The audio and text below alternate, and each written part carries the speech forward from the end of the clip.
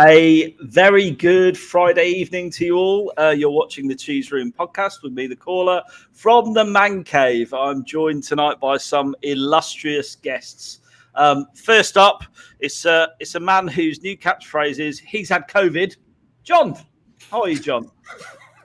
What's happened to Eric Dyer? Well, he's got COVID. Yeah, exactly. Like where you went with that. Good evening. Second up is a man who's praying for Eric Lamela to win the Puskas Award. It's HG. Well, he shouldn't, but he probably will, let's face it. I'm all right. I'm doing well. Hello, everyone who's listening, and everyone on the panel. And back to work Monday. Woo! Wow, there you go. Next up, a man who's got his finger on the pulse of all things Spurs, especially transfers. A warm welcome to Matt from the Matt Hayes blog. How are you, Matt? I'm all good, caller. Thank you very much for having me. It's my time of year. I'm out of hibernation, and I'm ready to break hearts with the bad news. Well, I'm glad you've got lots to say on transfers, because we've got a whole section on that coming up. So I look forward to hearing your thoughts. Is Matt the anti-Hitchin? Does he love January because it's so busy for him? There you go. Yes, exactly. Or if you hate it, Hitchin, you should love me. Exactly. Yeah, absolutely. And also we're breaking out a second Matt today, making his Cheese Room debut. Matt from Premier Hotspur TV. I noticed you got a little back Conte there in your sticker. So welcome, Matt. Thank you very much for having me on. I hope everyone's well. And I'm looking forward to tonight's show. Hereafter, I'm going to have to refer to Matt H as Matt Hayes and Matt as back Conte. I might just call him. There we go. We'll go with that. Every time we go with that. So tonight we look back at the unfortunate semi that was Chelsea away. Yes, I did just say that. And we preview the Morecambe FA Cup game. And we're also going to look at our stunning January window so far. Here's to 2022. Chelsea first. First up, Mr. Hayes. No Dyer and Reggie. What are your thoughts on that in the starting lineup? Was that COVID related or other? It seems as though Reguilon was injury related, and I think we can, by the art of process of elimination, that's the word, we can probably decide that Eric Dyer was through COVID. But my God, I was heartbroken when I saw that lineup. I mean, watching Matt Doherty play at right wing back is one of the most painful things I've endured as a Spurs fan. But to put him on the other side onto his bad foot was absolutely comical, and it was atrocious. He was so bad. And as an Irish fan, I obviously hoped it would work out, but the sooner he leaves, the better. I even tweeted out during that game, let's sell him to a European club because Wolves just isn't far enough away. And I'm sure we'll get into the nitty gritty in a while, but the fact that it was Ziyech playing right wing back for them, that's an area we could exploit, and we just couldn't. But big blow at Reguilon being out, of course, Sessegnon being injured as well, and hopefully Dyer is back fit and ready to go soon. I know, who'd have thought we'd miss Sessegnon if you'd have said that a few months ago. It's crazy times we live in. And back Conte, is Joe Rodon finished? It's hard to say, isn't it? Because obviously he's had Mourinho, gave him a couple of games and then hasn't fancied him. Nuno didn't really fancy him, and now Conte. So it's obviously something. He's obviously not doing something in training, but apparently he was injured. Apparently he had a knock, didn't he? So yeah, it's all a bit misleading because I remember Conte coming out saying that he will be the understudy to when Eric Dyer can't play. So yeah, it's just maybe unfortunate that he's picked up an injury, but I don't know. I think with a certain team in the South Coast, with players like Basuma and Tariq Lamptey, I'd be trying to do some form of deal with trying to get maybe some cash for one of their players and maybe give them Rodon as well, maybe as a bit of a sweetener along for a better deal. That's what I would do because he's worked under Graham Potter, and I just don't think he's going to work under Spurs, to be honest. What's your view on him, Matt? I mean, do you think he's Spurs material, or is he just he's never really had that much of a chance, has he? He impressed me a bit under Mourinho. I remember when he played when we got a draw at Stamford Bridge. I seem to remember he was brought in there, and I thought he played really well. I'd say he's more of an old school defender, but I don't know. It's kind of another typical Spurs transfer. We should have got Skriniar or a better quality player, and we ended up getting a second or maybe third string type player. I don't know. There's something not right there, and I just think maybe we need to I think we just need to be a bit more ruthless, to be honest. Because I think if it was any other top 6 club, I think many of our players would be gone, including him. I think there would have been a clear out already. Well, so far, both the Mats want to get rid of players respectively. HG, from your tactics truck on the High Street, Vienna Road, where did we go wrong in the first half? Oh, I get to be Andy Townsend. Brilliant. Where did we please go speak wrong? more sense. That's all I would say on that. he hit it too well, if anything. No, it's I don't mind the 3 at the back. I mean, I do prefer it. I think 3-5-2 against good teams is better. Lucas, I'm not a fan. Everyone knows that. I just think that if it goes well, he looks amazing, and if he doesn't have the ball, he looks awful. We know Chelsea like to pack midfield. We know they like to control the ball. And what did we do to stop that? Nothing. And I'm not being funny. Chelsea are better than us, so we should be thinking about trying to stop them a little bit, right? At least trying to. And so the first half, as much as we killed ourselves, I don't think it was a surprise that we got better in the second half once Ndombele came on the pitch. Again, Chelsea could sit back because they already had a 2-goal lead, so you have to be a bit wary of how good we were in that second half. But 3-4-3 at Chelsea under any manager, right? I mean, even if Liverpool go there, they'll play, maybe. I mean, they usually have the 3 in midfield anyway. But you know what I mean? Like most teams, when they're playing Chelsea, will pack the midfield. So I don't know why we decided not to. It seemed very short-sighted to me. Although, I don't know. That's the frustrating bit. Doherty as a left wing back. Well, look, if the choice is Doherty or Brian, because that's pretty much the choice we had, then in that case I would go Brian. Because as much as he's not a defender, he is decent going forward, very good going forward, and he'd have Ben Davies behind him anyway. And if you've got 2 more defensive midfielders in Højbjerg and Skip playing, then you can afford to be a little bit more attacking on one side of the pitch. It's not as if Emerson Royal was pulling up any trees in an attacking sense. So there were lots of things that maybe we could have done differently to get a better result or to look a better team. But I suppose we should be happy it was only 2. I mean, Carrie says, why do we always start so slow? I'm assuming she means Spurs and not us. But anything's a possibility. John, the first goal, we don't have a blame culture in the cheese room. As you know, we're modern thinkers. But who do we blame for that cluster? Rude word. Well, it all starts off with Højbjerg in midfield, doesn't it? Not being able to do anything with the ball and turning round, passing it back, goes to Sanchez and passes Tanganga, who he passed it to Emerson without really looking. To be honest, part of the blame needs to go with our manager, unfortunately, for, as HG says, not playing 3 in midfield. We're playing 3 centre-backs, 2 of whom can't really pass. I know I've joked about Sanchez being a ball-playing centre-back recently, but Tanganga and Sanchez are not great on the ball. If we're going to play those 3 at the back, we need someone in midfield who can pass the ball. And Skip's all right at the ball, but Højbjerg isn't brilliant, is he? And I think the pressure put on young Tanganga was probably a mistake at that point. But it was his pass that led to the goal, ultimately. Mm-hmm. So you're blaming him? Conte and Tanganga. Conte and Tanganga. Well, Mr. Hayes, Yaphet Tanganga, from a great performance against Man City to this. What on earth was that performance all about, and where does he go from here? If you're to believe the rumours, he goes to AC Milan, but I don't think there's anything to that. I just want to say, first of all, there was a lot of people calling for Joe Rodon to be starting that game ahead of Yaphet Tanganga, and I'm not really sure where those calls are coming from, because, look, you can say what you want about the ability that the 2 of them have as players, but, as Matt was saying a while ago, there's Jose didn't like him, Nuno didn't like him, and now Conte doesn't seem to want to select him either. There may have been a slight injury there, but I think there's a reason that he's not being picked, and there's a reason that Tanganga is being picked and has done well, as you mentioned, in that game against Man City, in the game against Liverpool last season. He has experience in these big games, although it's not a lot, it's more than Joe Rodon. But yeah, the performance was all over the place. I even think he made a second mistake in the build up to that first goal when he was kind of caught in two minds whether he's going to close down Marcus Alonso or going to stick back and watch the space that was going in that Havertz was taking a look at. And I think by doing that, he made Alonso's mind up for him that he was going to slip that ball into the channel. And it was a relatively easy finish for Havertz, although you could argue Sanchez could do better.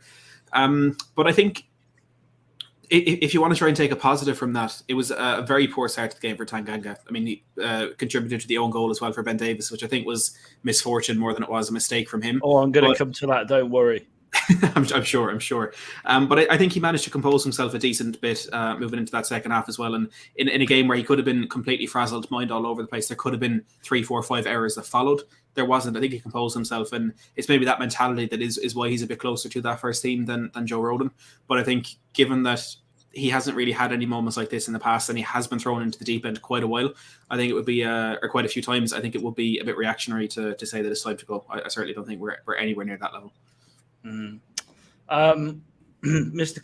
Conte, second goal soon after. Were you swearing at the telly or throwing things around the room, or what were your thoughts on that? I have to be honest, I was actually at work, so I got home for the last 2 minutes of the second half. But obviously, I've seen the best way the own goal. Yeah, I'm glad I missed that first half, to be honest. Yeah, it's just laughable, isn't it? I mean, I personally think it should have been. Oh, it could have been avoided. I think he needs to head it up rather than head it sort of out. I think I feel a bit bad for Ben Davies. Obviously, there's nothing he can do about it. But I think Tanganga should be heading that up and out, rather than trying to head it across, or because it could deflect off someone and go in. And I think for his sake, I think he just needs a loan out somewhere to get some good game time. You see Chelsea do it with players like Tomori. He's having a good he had a good loan out, and now he's at AC Milan obviously, and they got a good fee for him.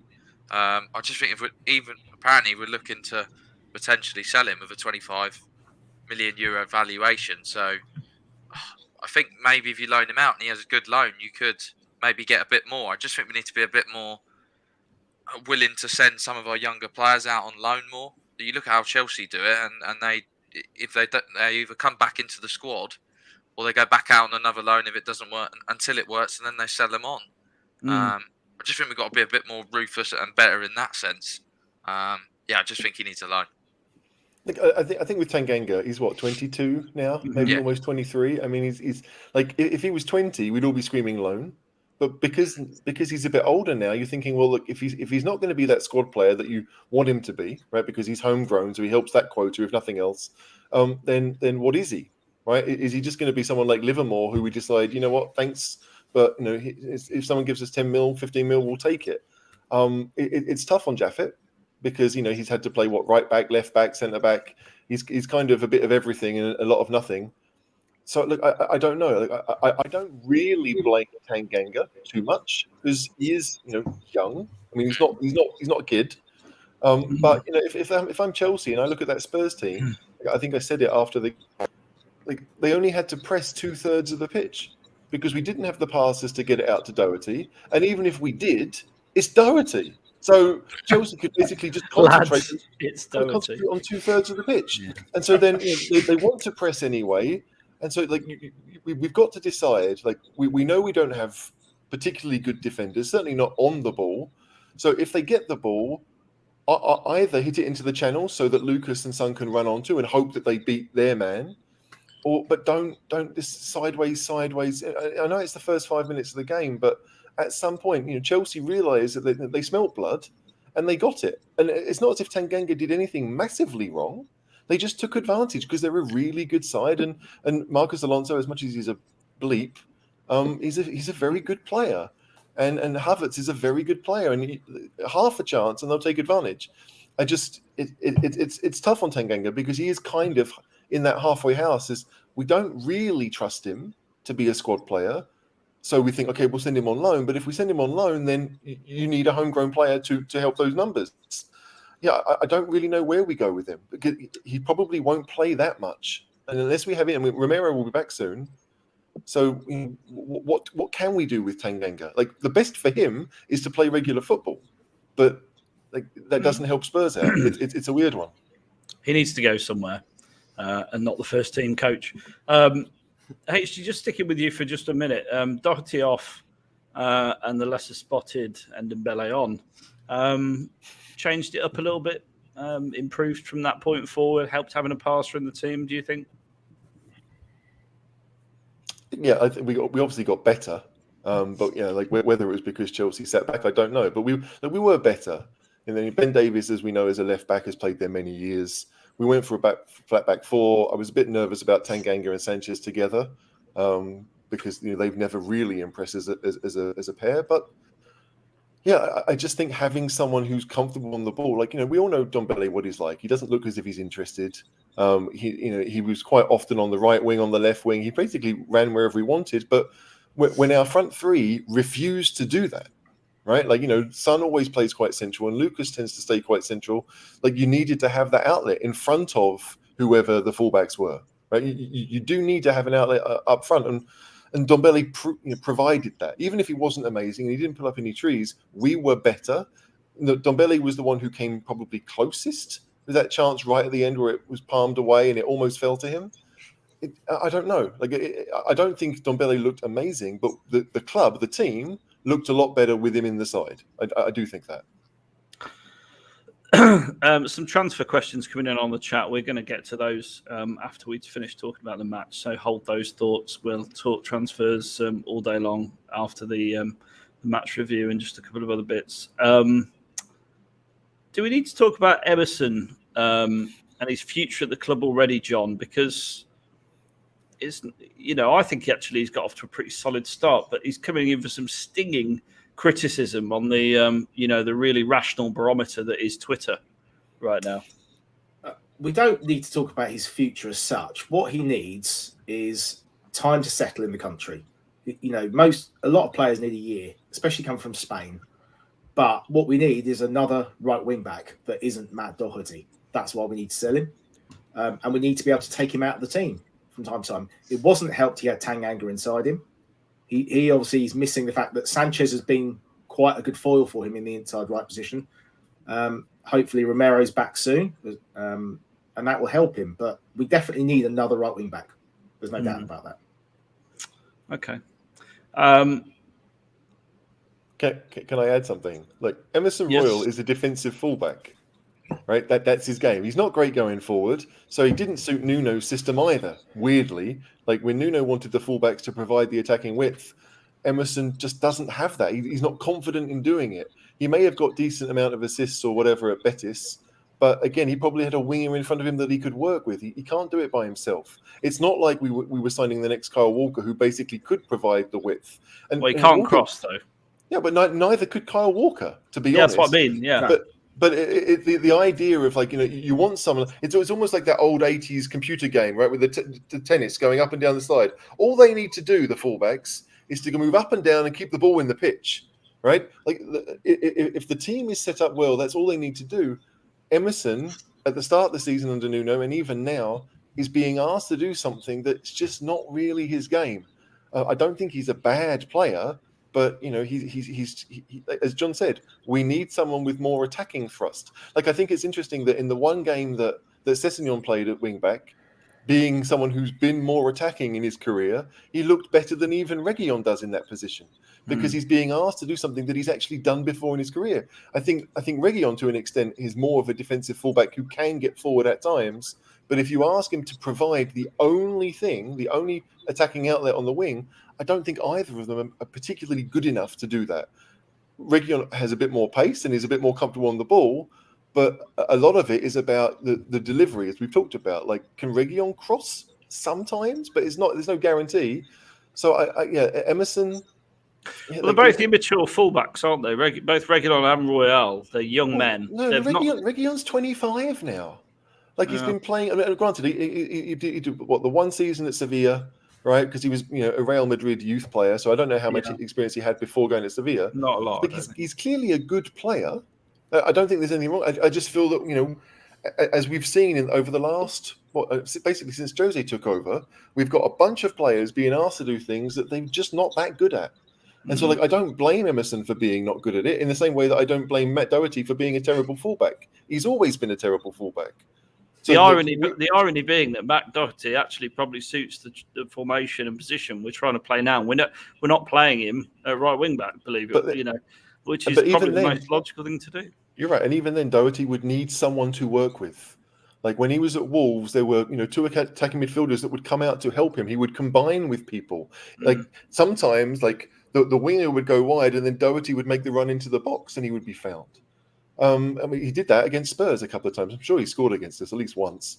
So it does feel like we've got lots of decent parts, but they don't fit what we're trying to do, and that's never a good thing. Okay, Mr. Hayes. Not since the days of David Ginola have we seen someone beat someone down the left-hand side and put a cross in. Brian Hill, how impressed with you with his performance? I think is it the sort of second coming of Ginola? Have we got a star on our hands?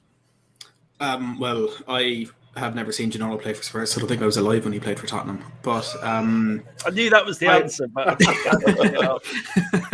I'm a massive fan of Brian Hill. I have to say, I don't know if you know the Euro expert, who's incredible knowledge of European football, and he compared Brian Hill to Eden Hazard when we were signing him over the summer.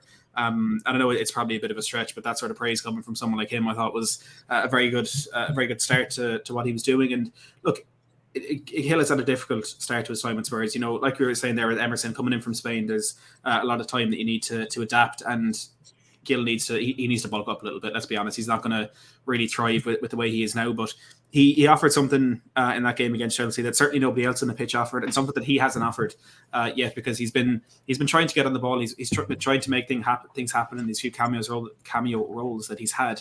And it hasn't quite been working out for him, but we got that glimpse on Wednesday of what he can do. And I don't know if you saw that I tweeted out, but the first time he got the ball, it was kind of like halfway through the pitch, and he went for a little shimmy and tried to take it past a man, and he was so fast his own ankles buckled under what he was trying to do. But he managed to compose himself, and when he got past Pulisic down that left-hand side, I think what the most impressive thing about that was Pulisic marked that.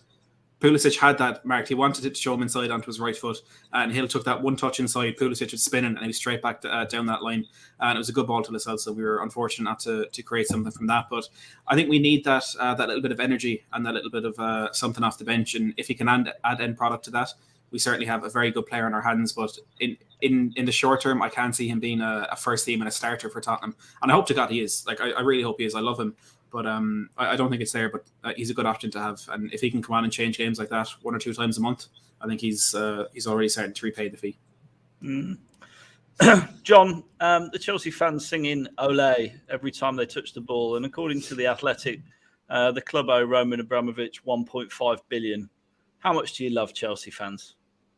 I can't swear, so I dislike them greatly. It's the best I shall do. It's just a smug in time. I mean, they forget. I mean, do you remember when they were just like a really rubbish cup team? I remember when they used to get about 13,000 in there. Admittedly, that was before Matt was alive. When they had a car park behind the goal. Yeah. Wow. It's just awful, really. We make fun of West Ham. Right, we make fun of West Ham, but there's no car park behind the goal. That Chelsea in the 80s were a joke. There could be. There's definitely the whole stadium is rented. The whole stadium is rented at West Ham HG. So come on, don't give them any credit. Anyway, we'll move on. Yeah. Back Conte, Matt. Second leg next week. Is the tyres evenly poised as the ashes? It's only 2-0. I want to be, I suppose, positive. I suppose the only positive is Chelsea didn't finish us off. I can't see us playing. I think it'll be a different game at our place. I can't see us being anywhere, hopefully not as bad as what we were, at Stamford Bridge. Whether it's like a mentality thing, whenever we go to the Bridge, we just seem to crumble, or they just seem to get, when do we ever score 2 own goals?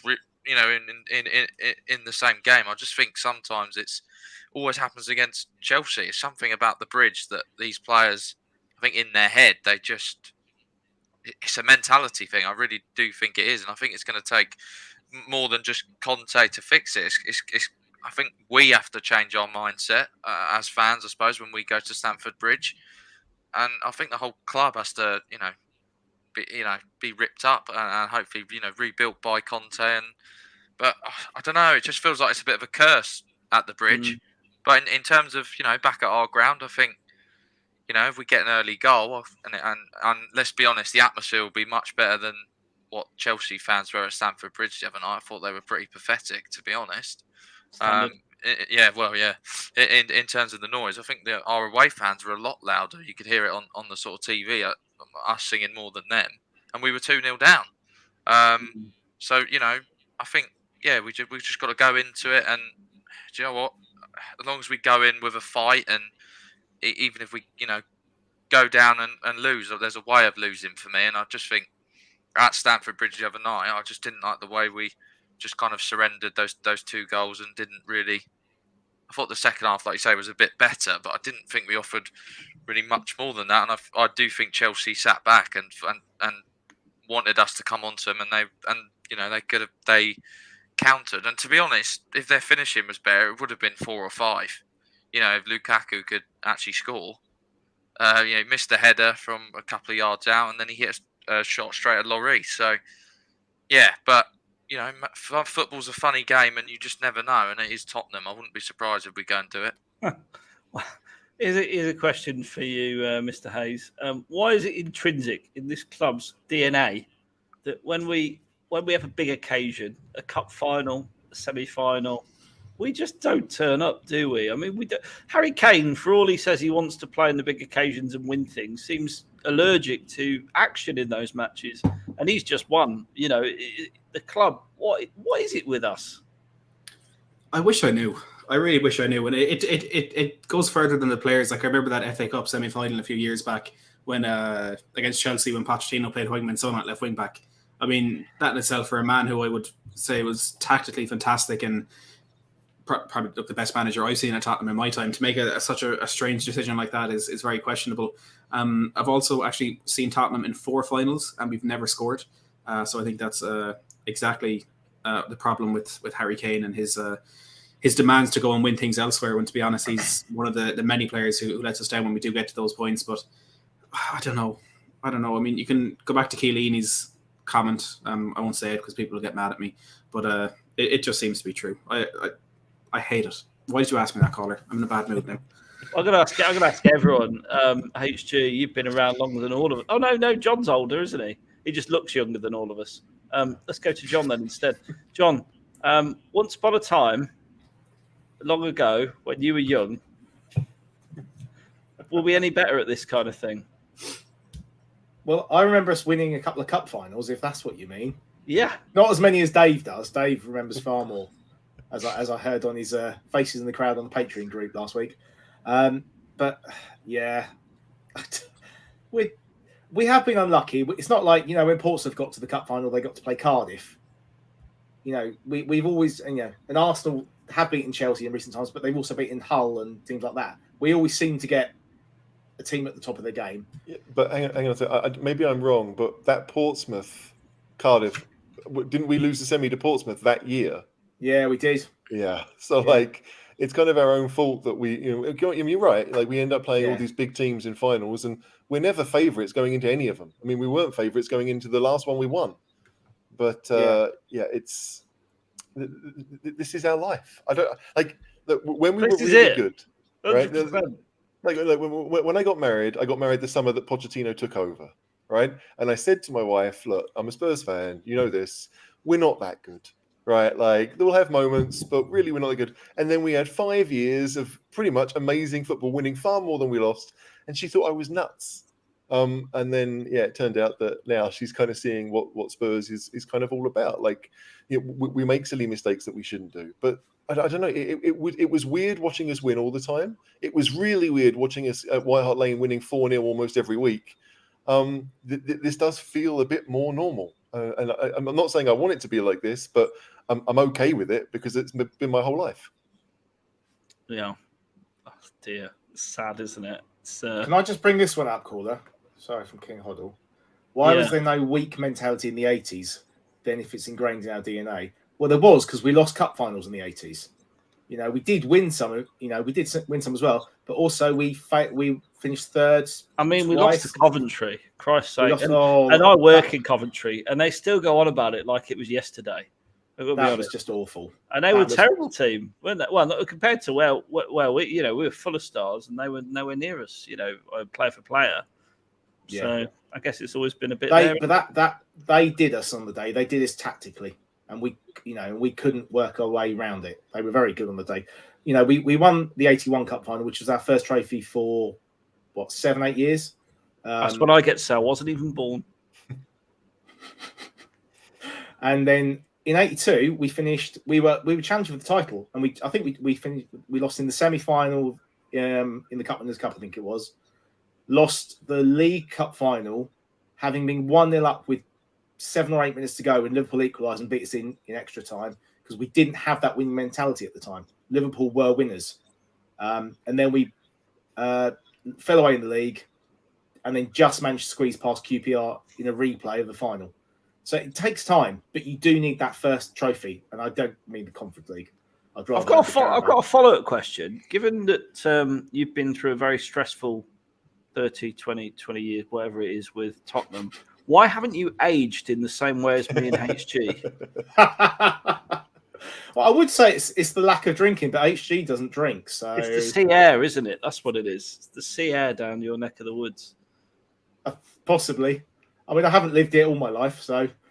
But yeah, might help. Just good genes, John. Take it while you can. Yeah. Can anyone remember the last time we turned up for a big game? That's a better question, isn't it? Does Ajax count in that? Matt, let's talk to one of the Matts. Back Conte, Matt, first. You remember us turning up in a big game? I mean, I suppose maybe the 5-1 against Arsenal. I think we were pretty spot on that night. I mean, we did. We turned up and we kind of played them off the park, really. I thought, obviously went on to win 5-1 and rode our luck a little bit. Ajax obviously was Ajax. I think we had to ride our luck quite a bit. Lloris made a couple of good saves. I think they hit the post. We just don't really seem to turn up in many sort of semi-final. I remember that obviously a semi-final we lost was against Chelsea, wasn't it, with that wonderful Eriksen assist. And I actually thought we played reasonably well that day. And most of the I think it was Jermaine Genius who was on commentary, and he sort of said, have Spurs lost that? And then Alan Shearer was like, he kind of ridiculed him a little bit and was like, you weren't, you say you played well, but you lost 4-2. So, but I thought we played well on that day, but I haven't really seen it since, to be honest. No. Any advance on that, Matt? You got any other thoughts? Matt Hayes, you got any thoughts? I mean, the weirdest thing is even looking at that path to the Champions League final, there was so much luck in that. Like I think we had 1 point after the first 3 games in the group stage, and the only reason we got out of it is because PSV got a point at Inter in the last day of the group stage.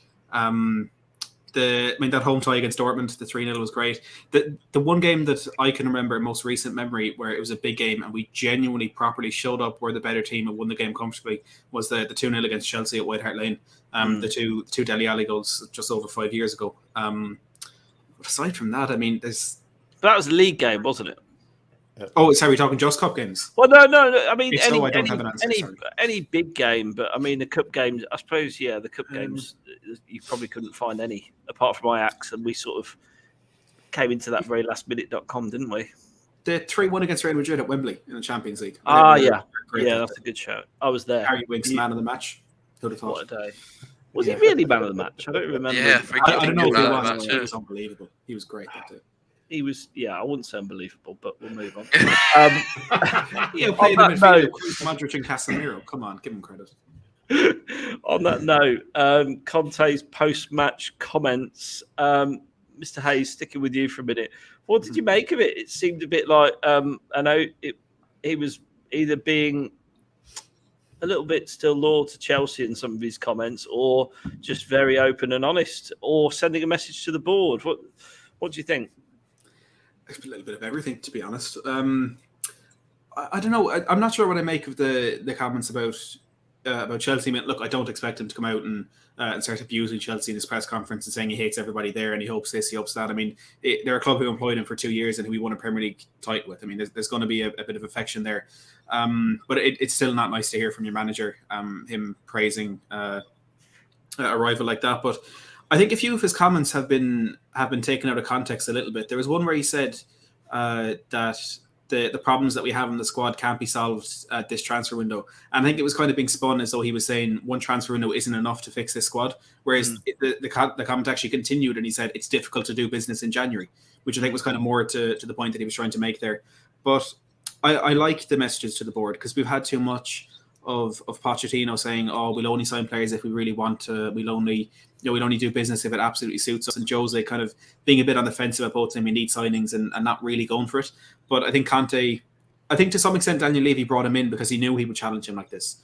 And I think Daniel Levy maybe recognizes that in these situations he's his own worst enemy, where he'll be the one who will pull the plug on the deal last second, like he has done time and time again. And maybe he knows he needs that bit of a challenge. But it's refreshing to hear a manager being perfectly honest and saying, well, we need signings. Because if things go awry with Conte, if we don't get the signings, if he ends up going, the club don't have a scapegoat. It's simply Daniel Levy not putting his money into his pocket, or Joe Lewis, whoever you want to put it on. So it's really refreshing to see that. And I think it can only go positively for Tottenham. I saw a tweet the other day and said what happens with Conte it'll either be great success for the club and we'll get back into winning trophies, or it'll be the end of Enix's tenure and there'll be no coming back from it if things go wrong and if Conte does end up walking. And I think if things are to go wrong with Conte, that's a damn good silver lining to have. I know some of you may not agree, but yeah, it's nice to see that bit of a challenge and a bit more honesty from the manager. I don't see it going regardless of whether Conte goes or not. Is my honest opinion, just to come back on that. But I mean, that's another debate. To quote Conte, we need time, so much time to retrieve the situation. You can't do this only 6 months or 1 year. They were much stronger than us. I don't see a solution in this transfer window. We were all like giddy teenagers, you especially, HG, when Conte was appointed. The worry is, will he not extend after an initial 18 months? I mean, I think it's like 18 months plus an option of one on our side. So it's basically 2.5. I suspect it's 18 months because Levy doesn't like sacking people and then paying them lots of money to do so. Look, it's one of those weird things. Like, had any other manager put that lineup up against Chelsea, they'd be getting pelters, right? But Conte isn't, because it's Conte and everyone knows what a good manager he is. But I do think he made a mistake in starting that 11. Like, I understand that some players were out. I understand that our squad isn't great. But I do think with the players we had available, we could have done better. Considering that we drew 2-2 against Liverpool with a midfield of Winks, Dele, and Ndombele, and that's probably the best performance we've seen as a team from Spurs since he took over. You do think that there is something out there that might have been better than the same old 3-4-3 that, frankly, struggled to beat Watford. And any manager who decides that the same tactics against Watford away and Chelsea away is the right thing to do, maybe he feels like it's the only thing to do, but I can't believe that, because he's done other things, even if that was COVID oriented, because Skip and Højbjerg were both out. I think they had to do that. I just think that we did have better things that we could have done. So we all agree that Chelsea, they've spent a lot of money and they've spent it relatively wisely, and they're good. But I do think that given the players we have, we could have done better, and I think Conte's getting a bit of a free pass. Well, I think he's getting a free pass at the moment, but how long that'll last? I mean, as Keith said, if we lose all our games in January, he'll be gone. No, I mean, so to add on, we can blame Levy for the things that Levy's got wrong, and we can blame Conte for the things that Conte's got wrong. But to say that, if Conte gets things wrong, it's because it's Levy's fault, I don't know. I've never liked that. Managers are in charge of what they choose to do. If we've got 15 injuries and there's no one else, fine, blame Levy for the way the squad is built. But even then, I don't think Levy's sitting on Football Manager trying to figure out what players are good. He tends to, he's always employed people to make those decisions. Now, yes, he makes the final decision when it comes to finance, but he's not picking players. I don't think Levy has ever done that. So it just seems a bit, it's very convenient. When good managers make mistakes, fine. You can say they've made mistakes. And when bad managers do things well, fine. It might be a bit of luck. And when bad chairmen get something right, that's okay to say that, even if it is just once in a while. But I find it awkward that we're still in that phase of, okay, like if it goes well, it's the manager's credit, and if it goes badly, blame the chairman. The chairman is not blameless in anything. But when it comes to picking an 11 to face Chelsea in a cup semi-final, Pochettino fucked up, Conte's fucked up. Do you know what I mean? Like it's at some point you have to look at the managers. And there goes our PG rating for the day. Sorry, it's always me. But, I just to respond to that, look, of course, Conte got things wrong on Wednesday. His subs, I thought, were all wrong as well. I know, look, in hindsight, Son had an injury, so that had to be made. I thought leaving Højbjerg on the pitch and taking Skip off was a bizarre decision. But I think there comes a point where you have to realise that when Pochettino has come in and he's built an incredible squad on a very, very fine budget, and he wasn't trusted then to have more money to spend. Like, he wanted Jack Grealish. I don't think there's any doubt about that. He wanted to get Grealish, and Daniel Levy didn't put the money forward to do it. Mourinho, maybe you can argue a little about that forget about Mourinho, please. But with Conte, he has that history. He now has Fabio Paratici as well. And while Daniel Levy isn't the one going out and looking in the Serbian third division to find the next Cristiano Ronaldo, he's the one who is penny pinching when he's trying to get Bruno Fernandes or when he's trying to get Paulo Dybala or whatever player that it is. And it just seems to be the system that is in there, is that he gets these managers, says, identify your ideal target, identify a cheaper backup that you want to get, and it's always the cheaper backup. Instead of Gary Cahill, it's Ryan Nelson. Instead of Bruno Fernandes, it's Giovanni Lo Celso, who may not have been cheaper, but was a more convenient option within the structure of that deal as well. And I think there comes a point where Daniel Levy has spent so much money on duds that he could have got 2, 3, 4 world-class players for the same price if he had just bit the bullet and actually listened to the people that were advising him. But Matt, you're saying, hang on a second, sorry, I'm going to make it personal now. But like you're saying, he spent money on duds. Yes, he has. But then who chose those duds? Like I'm pretty certain that Ndombele was our first choice midfielder that summer, and it hasn't worked out for various reasons. It hasn't worked out. Lo Celso's been injured mostly, which again hasn't worked out. Romero's got injured as well. So like when we've spent money, they haven't worked out. And of course, the ones that we all remember are the ones where, we could have had Bruno Fernandes, but we didn't. But we could have signed Berahino, and we didn't. But no one remembers that. So I get it. Like Levy clearly is penny pinching at the wrong moments. He's done that a number of times. Mm-hmm. I just think that if that's his job, fair enough. He's been great at certain things and terrible at other things. But the manager picks the team from the squad available. And if I can sit here and think that, no offense, but we've all probably thought that 3-4-3 wasn't going to work, and we've all thought when Son played left wing back, hang on a second, this is still Chelsea. They are going to be league champions, and we're playing them in a cup semi-final, and we're weakening ourselves for no real reason. That's the thing I struggle with, right? Everyone makes mistakes, but he left Kyle Walker on the bench, and I think in that Trippier game? Started, and Davies was on the bench. I think they were both on the bench. It's just I get it, right? I understand that no one is perfect, but I just want people to blame people for the things that they've done wrong and credit them for the things that they've done right. But it does appear to be very much, Levy is responsible for everything that goes wrong somehow. And that if anything goes right, and it's been a few years since anything went right, frankly, then somehow the managers get off for that. It's tough for me. It really is. I do think there is an element of fans kind of, maybe it's just Twitter fans who I talk to way too much, but it's like an element of you have to be on either extreme of the debate. It has to be entirely Mourinho's fault, or it has to be entirely Levy's fault. I do think that a lot of the fan base need to find that balance in. Say for that example, yes, Levy didn't back Pochettino and get the players that he wanted, but there was also better options to play in left back that day or to play in left wing back. There is that balance that needs to be found, but I think ultimately, as you say, the manager is responsible for picking the squad, but he can only pick from the players that are available. And if he does ask, I know it's the easiest example to use, but with Harry Redknapp, if he does ask for Gary Cahill and whoever it was up top, and he ends up getting Ryan Nelson and Louis Saha, well, I think then you do have to kind of give a little bit of slack to the manager and say he's picking the best of what he can do. There's someone up there who should be giving him better things to choose from. Look, I'm sure it's a debate that we can have on a 12-hour show or whatever, but I think there's a balance to be found in a lot of people's We opinions. can make it last 12 hours. Don't worry about that. 141 watching and 28 likes. That's the worst ratio we've had in a while. So you please smash that like button. That is that's dreadful. Or I'll force HG to come up with a rap about, I don't know, something, how good Daniel Levy is. whatever. Because when people look at me, they think, "Oh, that man can rap." Yeah, but you can. You can. We know from the podcast you can. And you can dance. The Fresh So it's Prince all of good. Højbjerg. It's still in my brain. Yeah.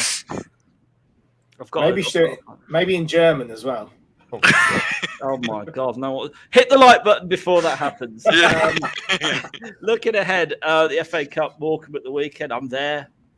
I'm in the executive box. John's there. He's not. Not in the executive box. They've got a bit of Spurs association there. They've got Jonathan Abika and Shane Harrison play for them.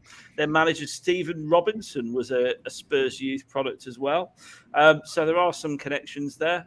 We're only going to touch on this very brief, then we're going to move on to transfers. So do fire your questions in if you're watching. Super chats are more than welcome too. Matt Hayes, no, in fact, you've had enough to say Matt Hayes for now. Matt Conte. Back Conte, I will come back to you, Matt. Back Conte, what kind of 11 should he pick, do you believe? I think I'd like to see a mix. I think you need a good bit of experience in there. And I think it's time to use some of the squad players. I think someone like Dele Alli will get a game. I think Sessegnon's back, so I'm hoping maybe give him a run out.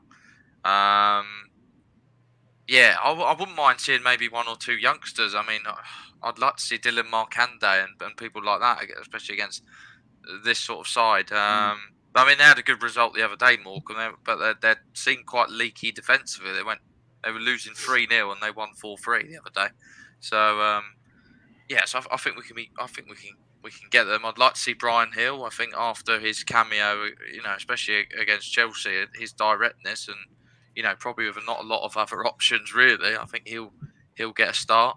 I think the main one for me, I'd like to see Kane rested. I don't even want to see him there, to be honest. I'd just like to see him at home. I don't think he needs to be there because if you can't beat Morecambe, I do think. Away. Well, yeah, but then we're at home, and I just think, I think I'd like to see a good mix, but also maybe a few players just pulled out to try and rest them because we've got a lot of big games coming up. Yeah, absolutely. Mr. Hayes, what do you know about Morecambe? Pose any threat to us? I know a lot about Morecambe, unfortunately. I was covering that game against Doncaster at work the other day, and they scored a lot from set pieces, which could be a concern for us if it's if it's a more inexperienced defence or not a tall one, I suppose. They're a good side. Cole Stockton is their main man up top, and he's a very good player. He scores from anywhere. Pretty much, in a team who are struggling near the bottom, only a point ahead of Lincoln in the relegation zone. I'm pretty sure he's still the top scorer in the league. So I'd be very surprised if we keep a clean sheet in this one, and that's very much the Spurs fan and me just being pessimistic going into it. But they're a side that we should be beating comfortably. I mean, Doncaster barely scored 3 goals all season, and they got 3 in the first half against Morecambe. So there's definitely a leaky defence, as Matt said there, that we can exploit. But it should be a formality. It really should be, but whether or not it will be, I think, is down to Conte's team selection, which I think we don't have much strength and depth in our squad for the Premier League. But for playing a League One team, there has to be enough strength and depth there to rest a lot of players and still go out and get a comfortable victory. But Tottenham. Well, you'd like to think so. I mean, even our reserve keeper Galini was playing Champions League football, wasn't he? Not so long ago. So and that's just one example. HG, the last time we won the FA Cup was 1991. It was the year that Gaza, bless him, scored that free kick, and it was the year that I fell in love with Tottenham, really. Are we going to do it this year? Win the FA Cup? No. See, there we go. No, look, it'd be crazy to say that we are, because there are a lot of teams left, and we've got another, if we beat Morecambe, another, 5 games after that? No, I don't think we're going to win the FA Cup. It's always possible. A lot of it depends on who you get to play. Home draws against lower division teams, I'll take that every time. But no, I'm not going to put any money on Spurs doing it unless I want to lose money. You wouldn't put money on it anyway. Maybe 50p each way. You know what I'm like. John, right? You're as I said before, you're the Benjamin Button of the cheese room. You just seem to look younger. Can you name the semis since 1991 we've lost? We've lost 93. We lost in the Donkey Derby to Arsenal. 95, as our friend Alan has already commented, we lost to Everton in the Amokachi game when Sol Campbell mysteriously had an injury because he didn't want to play against Duncan Ferguson. That's according to ex-players that have said that. Oh, really? Yeah, so Stuart Nethercott had to go in at centre-back. Well, he is a brilliant football mind. Yeah. Then 99 was Newcastle, wasn't it? When I think so, yeah. When we should have, when it was a handball. It was a handball against Campbell, wasn't it? Which wasn't a handball, was it? Or shouldn't we have had a penalty? I think there was one that we should have had one and didn't get it, and then they got one. And then they got one, and then Shearer scored a worldie in the 119th minute. 2001, I was at Old Trafford. I think you were as well, HG, weren't you? To lose against Arsenal. Not 2001, no. Oh, okay. And that was Campbell's last game, when by all accounts he already knew he was going to Arsenal, so he took out Vieira, got himself injured off the pitch, and they equalised and won the game. When's the next one? 2010, was that the Portsmouth game? Is that the next one? Maybe 09. I think 09 was Portsmouth and 10 was Chelsea when they beat us by a number. No, 10 was Portsmouth because we then beat Arsenal and Chelsea to get into the Champions League, didn't we? Okay. And I got married in 2010, and us getting into the Champions League made it into my speech on more than one occasion. Then we lost 5-1 to Chelsea in 12 when they got that very dubious second goal, which was never over the line. Oh, God, what was after that? So do we have to go through this? It's just painful. 17, 18? Yeah. I mean, it's like a long list of suffering. To be honest, it was just more a memory question for John, to be honest. I wasn't that interested in...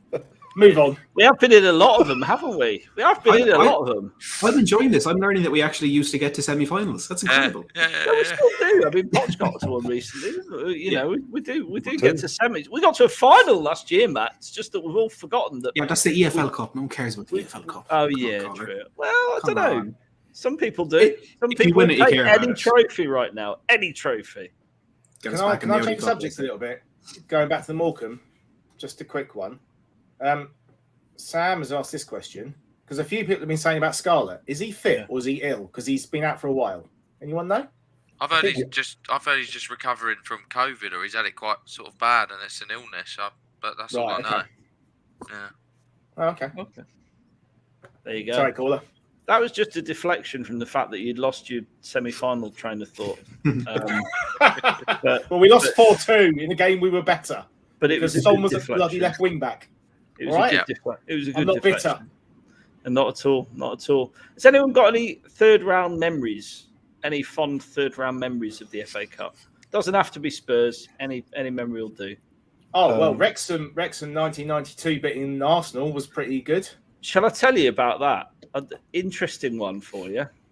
In the second round of the FA Cup that year, they played Telford United. Now, if you know my dad, obviously I used to go and I was a season ticket holder at Telford United with my dad. And I actually saw the match before that game, before they knocked Arsenal out. Yeah. Mickey Thomas, yeah. At Telford, we only narrowly lost that 1-0. Very close game. Could have been us. So Telford are as good as Arsenal, basically. I wouldn't change history for the world. Yeah. Wasn't there was a third round? I remember when Nottingham Forest played Arsenal. I think it was a couple of years ago. I don't know if it was third round, but I remember when it was on BT Sport, I think, and they beat them like 3 or 4-1. And Arsenal played a good side, and I think they were the FA Cup holders at that point. And it was like a massive shock to like all of the commentary team. I can't remember if that was third round, but yeah, that was a good memory, or a good night anyway. And I remember when Crawley went to Old Trafford and lost 1-0. Did really well that day. Yeah, they did. Yeah, I think it was Rooney that scored. I do love the FA Cup. It's only the FA Cup that brings you these fond memories, really. Speaking of Spurs being knocked out by lower division opposition. Well, no, just any minnows winning in games against super clubs for me is what it's all about. It's brilliant. I mean, Telford got to the 5th round once. That's incredible for a club their size. And I suppose the important thing is what it means. I mean, this to Morecambe will mean the world. I know they're bringing 3,000 fans. 50% of the gate receipts will be theirs. So I don't know what the crowd will be like on Sunday. But to that club, this will be a lifeline, an absolute lifeline. And I think that's what people forget. It's easy for us in the Premier League. You know, we're used to signing players for X amount of million and all the rest of it. But to the lower league teams, the FA Cup means an awful lot. And a game like this could set them up for another year, 18 months, quite easily, just with the money generated from the TV revenue off the back of it. So long may it continue, to be honest. And it's one of the reasons I wouldn't want to scrap replays, because I know they're inconvenient for teams like Spurs, but for the lower end of the pyramid, they really help. They really help. So, however, they have scrapped replays for this year, haven't they? This year. Yeah, For the third and fourth they round, haven't said they'll do it. I'm sure it will come permanently. I'm sure it will, but I just think personally it's the wrong decision. We should just do. I mean, it's weird. Like, do what they do in Spain, right? Like, I think in Spain, the lower division team, no matter if they're picked first or second, play at home, and then the club can say, okay, we'll take the money. We'd rather play, at Spurs and get 50,000 or whatever in the stadium. But I think that unless you're in the same division, the lower division team will always play at home, and that's kind of nice. Obviously it's a bit, it's a bit plastic, right? Because it's contrived somewhat, but it does give. Like, I think I've seen this week in Spain, Barcelona have gone to a lower division team and only just about won. I think Celta Vigo lost. Real Madrid didn't win convincingly. Like, it's something special in every country. I had to giggle. No, Sam, no credit whatsoever. There's 162 people watching. We're only on 50 likes, which is terribly sad and does mean HG is getting closer to composing a rap. So please do, in German. So please do hit the like button if you want to avoid that fate. I think I might take one off the video because I want to hear that. Let's talk. It'll be here on YouTube for all eternity, Matt. So don't worry. Let's talk predictions. John, what's the score going to be? Are we going to see? Sorry, I keep forgetting you're going. It's because you're in the cheap seats. Are we going to see a steamroller in or what? So I've actually been to quite a lot of these third round and fourth round games against the lower league opposition over the years, and loads of them have finished 3-0. So that's what I've done in my prediction, but I'm a bit worried that they're going to score from a set piece now. So I'm going to go 3-1. 3-1. HG? No, that's right. I went to one game against Cheltenham about 10 years ago. Was that one? I was living in Cheltenham and I was dreaming that Cheltenham would get Spurs at Cheltenham, but second best option. But 3-0. It's very much a third round score for Spurs, so I'll go with that. Not 2-1, no. Matt Hayes. I'll go 2-1. I think Morecambe score. I think it's just written in the stars. We struggle in these games sometimes. Remember the 4-3 against Wickham a few years back at White Hart Lane. I'll go 2-1 because we're just not good outside the league, are we? Or in the league sometimes. Matt, your co-host is saying 4-0 Spurs. Do you agree with that? I'll say 3-1. I think.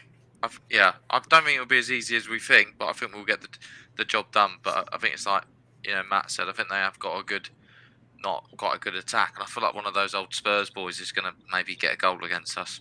It's not Spurs unless there's a bit of jeopardy involved. Exactly. So we're definitely going to go 1-0 down at a set piece. Yeah. And for my money, smash them 5-1 then. But there'll be some jeopardy there. You'll think, oh God, not again, or whatever. I'm reading this book at the moment, and it's about the history of Spurs, and there's a great chapter in it which just basically talks about even when we're 3-0 up, 4-0 up, when they get a goal, when the opposition get a goal back, you think, oh God, here we go.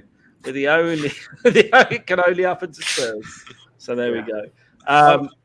Go on. I was at the Arsenal semi-final that Matt was talking about earlier, and we were 4-0 up, and then Adebayor scored a brilliant volley, and even then I was a little bit worried with 25 minutes to go. So you never know. And then Super Steed finished it. So some positivity for you coming in. Look at this.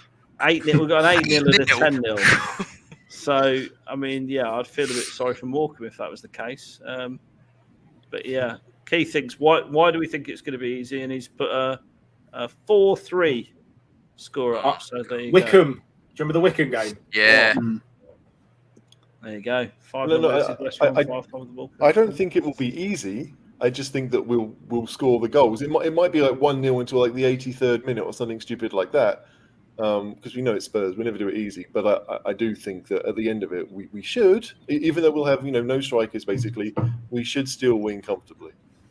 Well, we hope so, and I can't wait to be there. Hopefully, John will be able to meet up for a beer or at least I'll be able to wave to you, one or the other.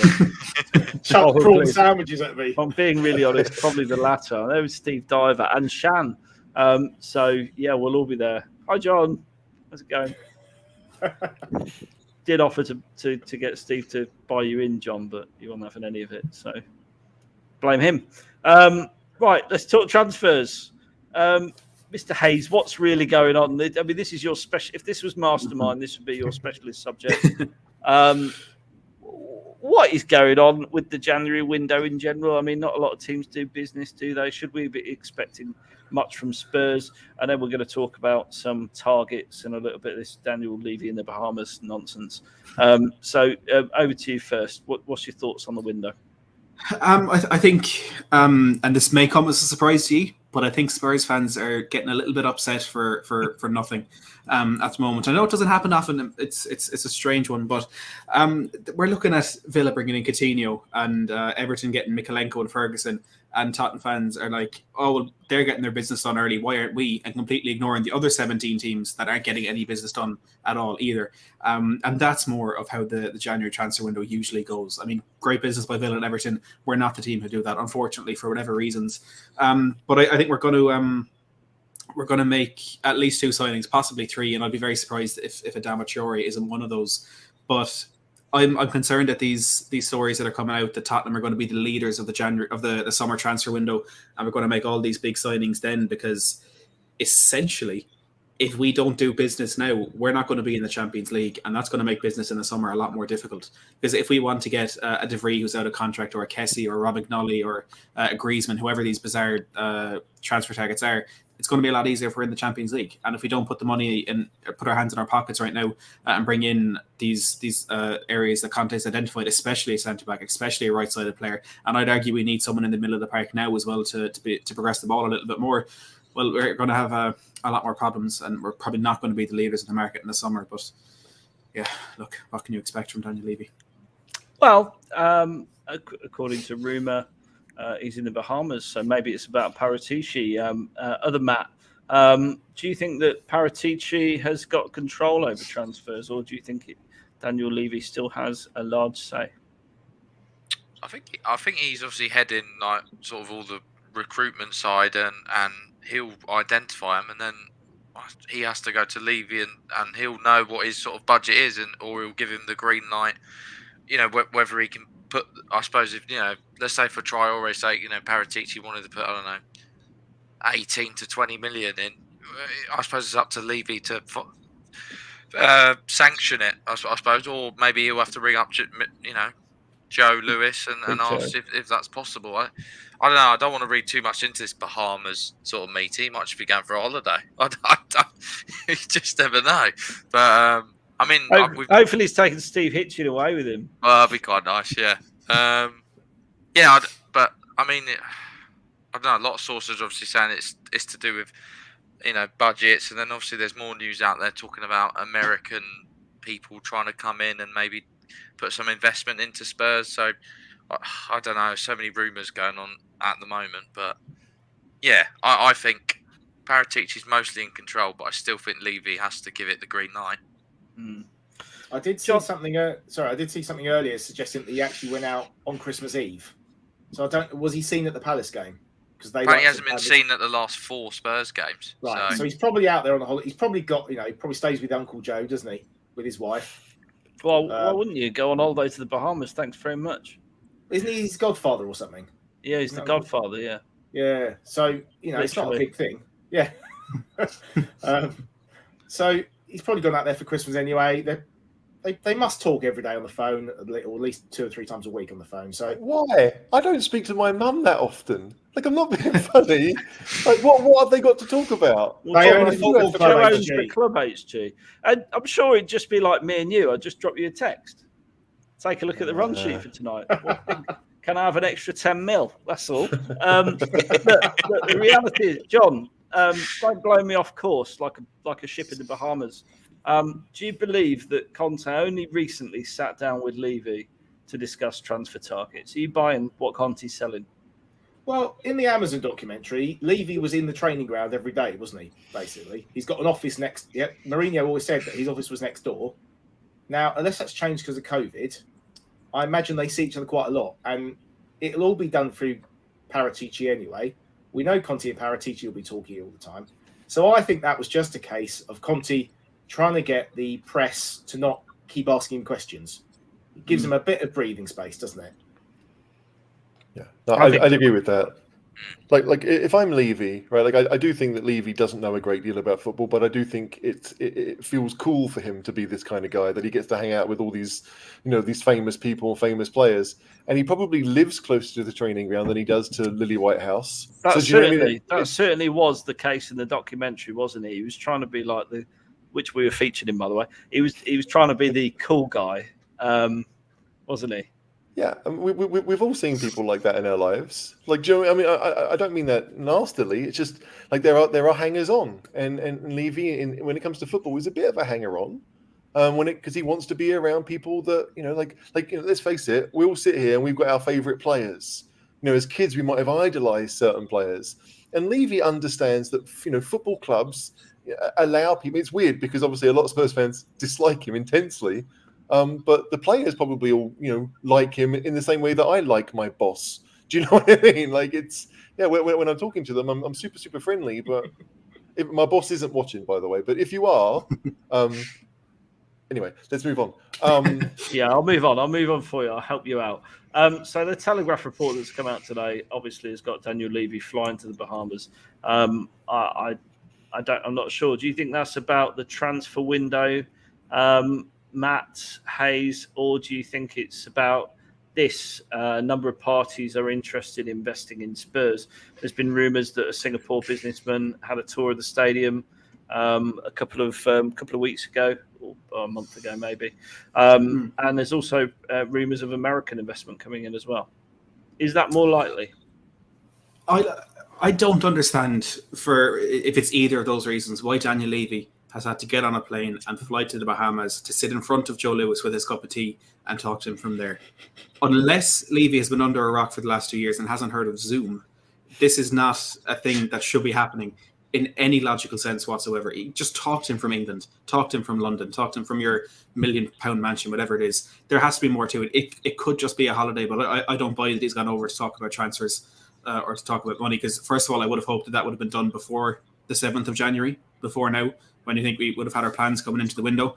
I don't buy this for transfers, and it's a bit concerning, because if he has gone for a holiday on this, what could be a huge transfer window for the club in terms of Contes first, and actually starting to show a bit more back into the man in charge, I don't know, but transfers... It might be a blessing though, Matt. I mean, it might be a blessing, because it might mean that Paratici has finally got what I think every Spurs fan wants, which is control over the transfers and Levy out of the picture. I mean, if all it takes is Paratici he must have a budget, and surely he's in the place where, okay, I've lined up this deal, this is the money, can you just sign off on it via text or Skype or Teams or whatever, whatever function they're using? Surely that's for the best, isn't it? Look, if that's happening, I'll be the first person to get down on my hands and knees and thank Paratici for everything he's done for this football club. Because that, I think, is what needs to happen. Not only because I don't think Daniel Levy is the right man to lead transfers, but if we end up in a situation where it's Conte reporting to Hitch and reporting to Paratici, reporting to Levy, reporting to Lewis, well, then things just get scuppered a little bit more, and everything becomes a little bit more difficult. So bringing someone into the picture, taking someone out of the picture might be a good way to do it. But look, if Paratici has full control over this, I'll be a little bit more excited, but it's Daniel Levy, and we got these promises before, so until it happens, I won't quite believe it. Absolutely. There you go. The Singaporean is apparently in the Bahamas as well. So there you go. I like this one. Did Levy charge them for the tour? Probably. Yeah, that's the truth of it. Probably. Can I ask, like if we're getting investment from all these, wealthy investors, right? They're investing in Spurs because they think the value of the club is going to grow, basically, right? And ENIC have decided that we don't want to put our own money into the club, so we'll take yours and we can, we'll spend that, and then you get. I don't know how they'll do it, but it strikes me as being like if ENIC are selling up bit by bit. Well, it's a bit like West Ham are doing, isn't it? Well, what West Ham doing? They've had an investor sticker. The Czech guy. Yeah. Yeah, and maybe they'll do that. Maybe there is something in it. I'm like, obviously, as an investment company, you'd expect them to sell at some point. And like, if we haven't realized the full value, like if there's, if an NFL team does come, which I do expect to happen, like all of those things lead at some point to a full value. And like Levy's no one's going to invest in something if it's already been reached. That makes no sense to me. So whoever these people are, like rich Americans or Singaporeans or whatever, that's fine. But it does make me think, okay, well, if Levy and ENIC are thinking about selling bit by bit, does that really bode well for Spurs long term? Are we going to have another Usmanov versus Krunka situation that Arsenal did? It's odd. But yeah, like if they're not going to spend the money, then fine, take it from someone else. But I do think that Levy, to a point, has been very much like I'm good at this. I'm hands-on at this. I don't feel like he's massively hands-on with football decisions, especially now that revenue has got to the point where it is. Right, we haven't had any COVID issues this season, so he's going to be a bit more confident. I just feel that like if things continue being the way they are, he will want to take a step back and say, right, Fabio, you're the man. Whoever the legal guy is, and Levy's not a legal person. He's not going to write up the contracts. He's going to have other people do that. So if it is just a yes, you can spend that money because it's part of the budget you've been given, well, that's great. I just think that the budgetary controls that we've obviously had for the last 10 years will hopefully disappear, and I think Levy wants them to disappear. Mm. As long as he's not spending his own money, do you know what I mean? I think that's it. Sorry, can I just jump in there? If we get investment, just need to point out, if someone comes in, that money doesn't necessarily go into the club's budget. It will go to the owners of the club. Now, whether ENIC decide that they're going to use that money to go, to actually spend, is another question. But there's a good chance we won't see any of this. Well, it'll just go into buying a chunk of the club, won't it? Yeah. 100 million gets you 5% or whatever. That's all it will. Yeah. Yeah. So you're right, John. It's nothing to get too excited about. However, if the Tesla sponsored shirt on Facebook or YouTube or wherever it is that's doing the rounds, I'm all into that. As you know, I've got shares in Tesla. I love them, so I'm all for that. I think Elon Musk is more interested in Mars than Spurs, if I'm being really honest. But there you go. I think the idea is whatever the investment is. Let's say it's 200, right? Which is very little compared to what the club is actually worth, right? Let's say it's 200, and then Spurs decide you can have 20% of it, or ENIC decide that. And we'll keep some for ourselves, but it's extra money that maybe they're not willing to do from their own pot. Right now, if you believe the accounts, which I think we all have to, we still owe 100 and something million on the players we've already bought. So maybe it's just a way to raise a bit of money so that we can go out and buy players in the hope that if we buy players well, and we've got one of the best managers in the world, that if we do things well, then the value of the club will increase. It's kind of like, we've got to spend a little bit to accumulate. And if ENIC aren't willing to do it, and they're willing to take something from someone else to help that, again, in the belief that it will help them financially long term, can it just say, then so be it. My money would be on it being about this. If he's flown out there to see Joe. So that Joe Lewis came over to the stadium not so long ago. We know we had a man sat right near them. And we know that the naming rights is the biggest thing on the agenda. Ultimately, at Spurs, we've brought a guy in to do it. I would put my bottom dollar on absolutely the naming rights being what's being discussed with those guys right now, rather than necessarily investment. It's investment, but it's not the same kind of investment. Anyway, we're going to get on to transfers, which is everyone's favourite subject. I've got a list of players as long as my arm. So we're going to go through that. I need to go get a beer. So I'll start off with one that's not too controversial and everyone's really joined up on. Adama Traore, rumoured in the press to be on his way for 20 million. No surprise, Mr. Hayes. I'm going to start with you. And then I'm going to, if you just talk while I'm away for 2 minutes, just ping it around between you. Would you take him or not? This is a very loaded question. I wouldn't take him, but Conte wants him, so give him to me. Is the best way I can put this. I think it's odd that if the concerns we have with Emerson Royale, and the reason we want to replace him is because of his end product and because of his attacking output. I don't see why Adama Traore is then the player that we're going for, because he's no goals and assists this season, and he can do almost everything that you want from an offensive right wing back, except get the goals and the assists and have that end product.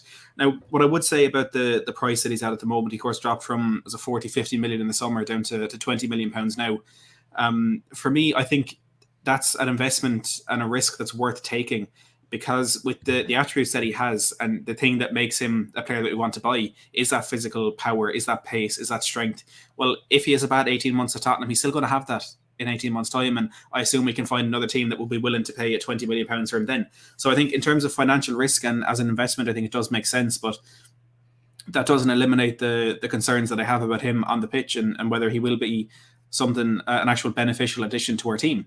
And looking at some of the reports today, we've seen Fabrizio Romano say that we'll sell Stephen Bergwijn if we can sign Adama Traore, and then Sammy Mockbell saying that, well, we don't want to let Matt Doherty go. And someone made the point in my live stream a while ago that perhaps might suggest that we're more inclined to play Adama Traore as a right winger.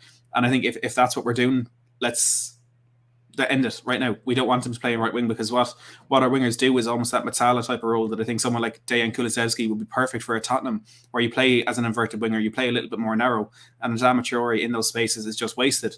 And if he is out wide, well then, look, maybe the point you made a while ago, HG, with Emerson Royale, maybe needing someone out there to help him on that right-hand side, maybe it could work in that. But I don't think as a right winger that he is he's the player for us. But look, I think we have to trust Conte and Paratici and imagine that they have the right choices in mind for Tottenham, but I'm not entirely sold that he will be a good player for the team.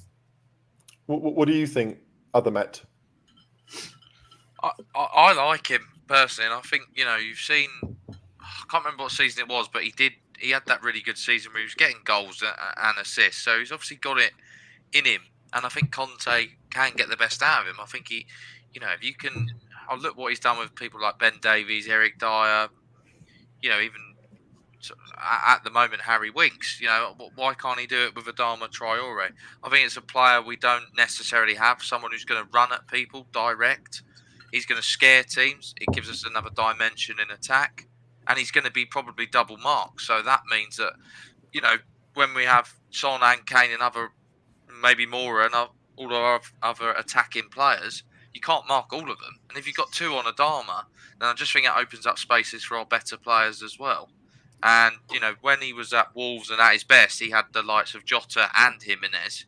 If you look at the quality, I suppose, of Wolves now, yeah, they've got Jimenez, but I don't think he's quite the same player. And then they haven't got a typical Jota type player, as we've got Son, Kane, Moura, other players who make good late runs into the box. So I personally am all for it. And if Conte wants him, yeah, it's nice. It's quite nice having, you've obviously seen today a lot of some Spurs fans on Twitter moan that we didn't get Coutinho, but how nice is it maybe that we haven't actually just signed a player for the sake of it, and maybe we've actually gone and signed a player that our manager actually wants.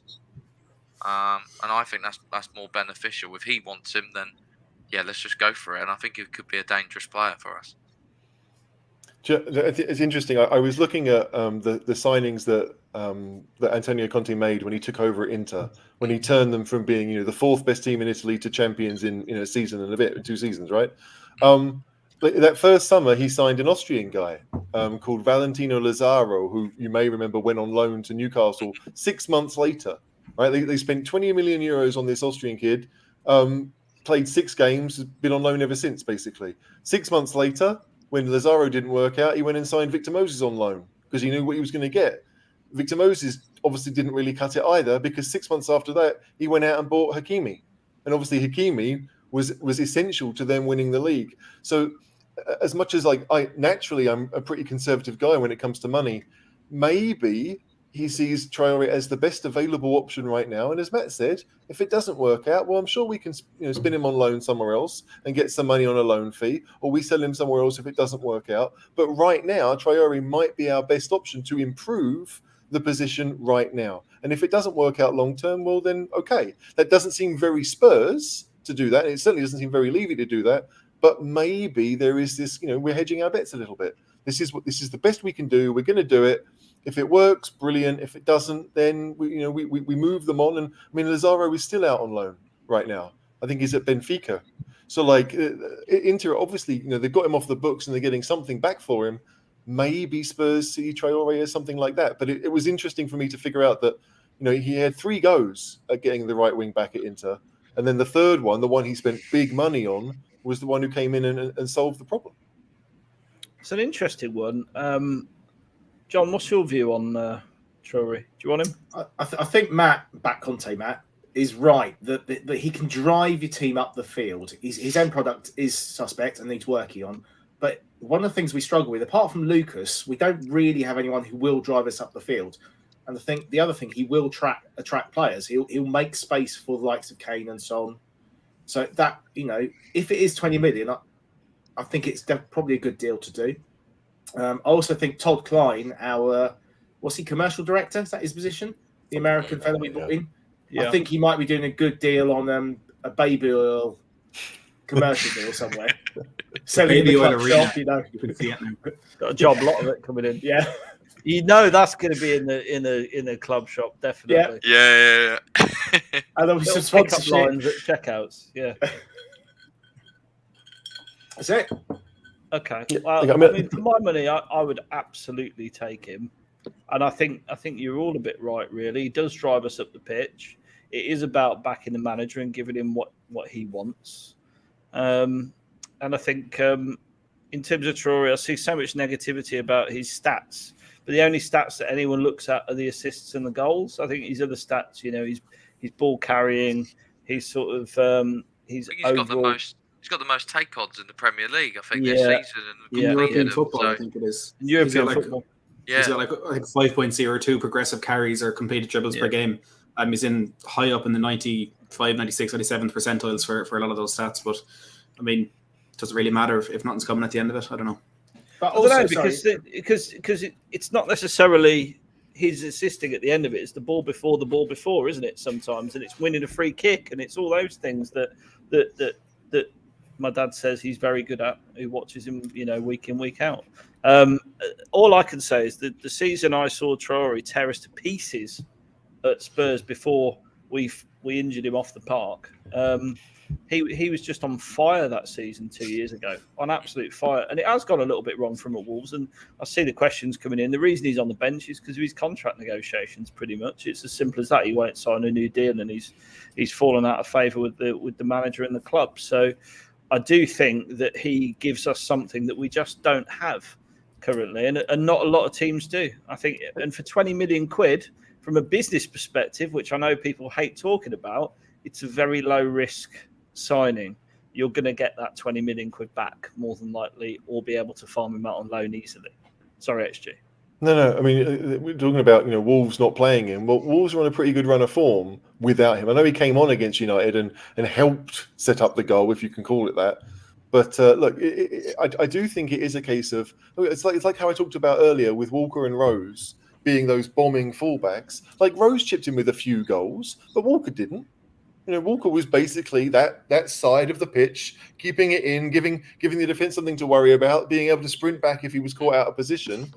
Maybe that's all we really need Traore to do. Maybe we don't need much more. Because if he turns into Kyle Walker with the ability to beat someone, well, then we've got a better player, right? But if we're going to do that, then we still need to have a better passer inside him. Like when Eriksen was always inside Walker, we need to have a creative player, even if it is someone like Lo Celso or Dembele, to be able to pick that pass to find the strikers. Because I think Traore and Lucas may well be too similar almost. You still need to have a bit of guile.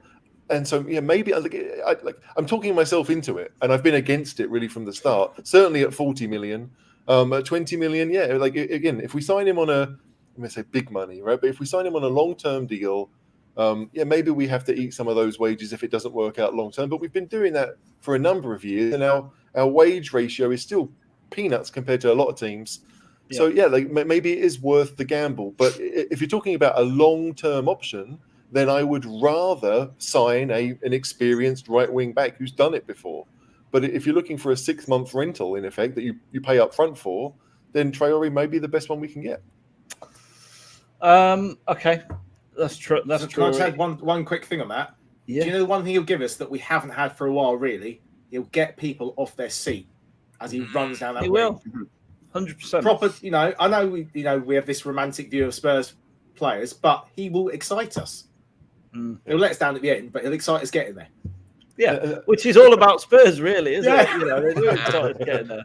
I just think under Conte, I think he could improve it massively. Maybe he just needs a move just away from Wolves to reignite his career again. And if we get, the one where he had that season at Wolves where he was scoring goals and assisting, and it'd be a 20 million well spent. And you look at other options out there. Obviously, people want Tariq Lamptey, but you look at his stats. I mean, at the moment, it's only 1 assist in 12 games.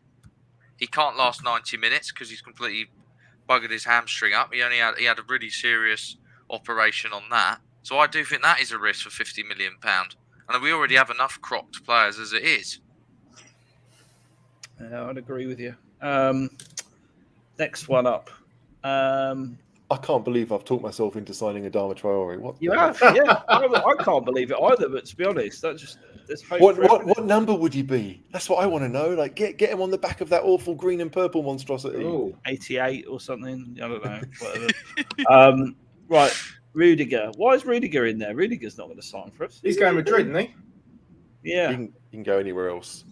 I don't want it. I'm going to skip that one and move on to this one that I can't say. Kulaszewski. Did I do it all right? No? No? 3 out of 4. Kulaszewski. Tell me about this player, Mr. Hayes. I don't know a lot about him.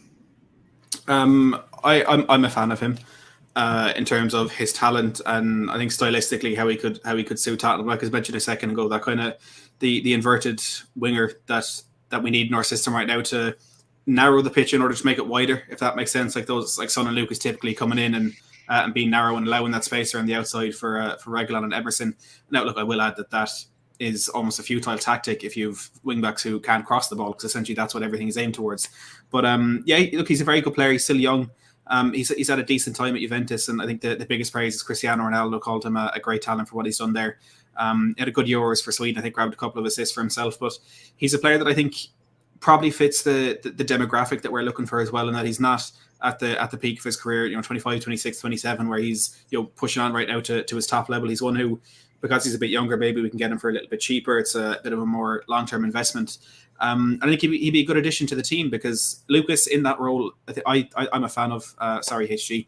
I think he does well. He progresses the ball very well. He kind of is similar to Adama, that he can win those free kicks. He can get us up the pitch. He can get us off our seats. But he doesn't really have the ability to put the ball in the back of the net, which I think Kulaszewski offers a little bit more, not to the level of Son or Kane by any stretch of the imagination, but he does have an eye for goal. He's quick. He's skillful as well. I think he's what we're missing in that position, but there is always that concern of a player coming in from this area, having never played in the Premier League before. Will he be able to adapt? If so, how long will it take? But it's one that if I think Tottenham are trying to get done, I just want to be happy to see them get done. HG, your view on him? I'm a massive fan. Absolutely. Like, left-footed, 6'1", can pick a pass, can pass it into the net.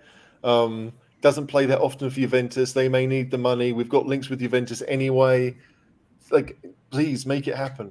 I mean, really, like, I don't think long-term there's anyone better that we could get. Maybe we might fluke a free transfer in the summer if someone else is available. But I think Kulaszewski, like, clearly he's under contract for a bit, so it will cost some money. But if Juventus want to raise money, he may be something that is an asset for them to sell.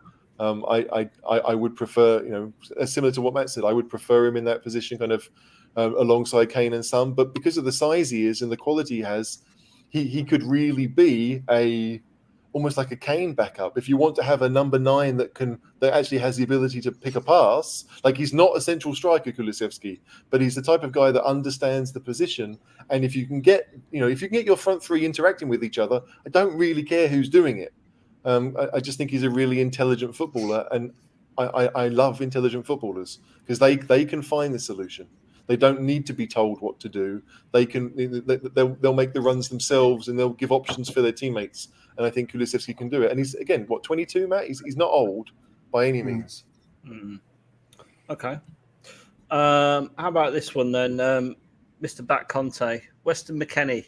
You can say that one. Would you want to see Weston McKennie in a Spurs shirt? And how likely do you think this one is to happen? Apparently, Conte wants him. Yeah, I don't know. It's a tough one. Obviously, I think he has some good games for Juventus, but then he has struggled. He's quite young, I think, as well, isn't he? Was he in his 20s? I think. He's not in his 40s. Not in his 40s. I don't know. I don't know if he's a midfielder we necessarily need. I think out there's other options, but it's like I say, if Conte wants him, and we can get a deal done, but I think his price tag's pretty in the 30-35 million type range. I don't know. I suppose a quick back to Kulaszewski. I know obviously we're all raving about him, but if he is that good, then why is he not in the Juventus side? Why doesn't he start? Because the manager doesn't want him to. I mean, sometimes it comes down to that. Like, I don't know. Like, maybe I would start him more. Like, they play Morata. Isn't Morata their main striker? Yeah. And then they have maybe Dybala or someone else behind him.